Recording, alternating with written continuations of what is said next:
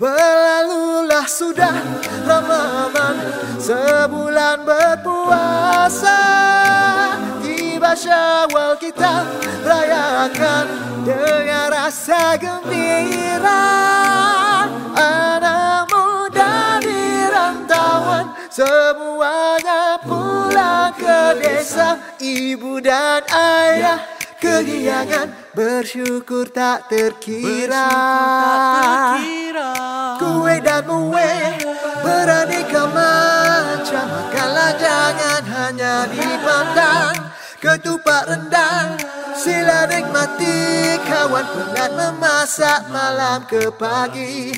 Wajik dan dodol jangan lupakan, peninggalan nenek zaman berzaman.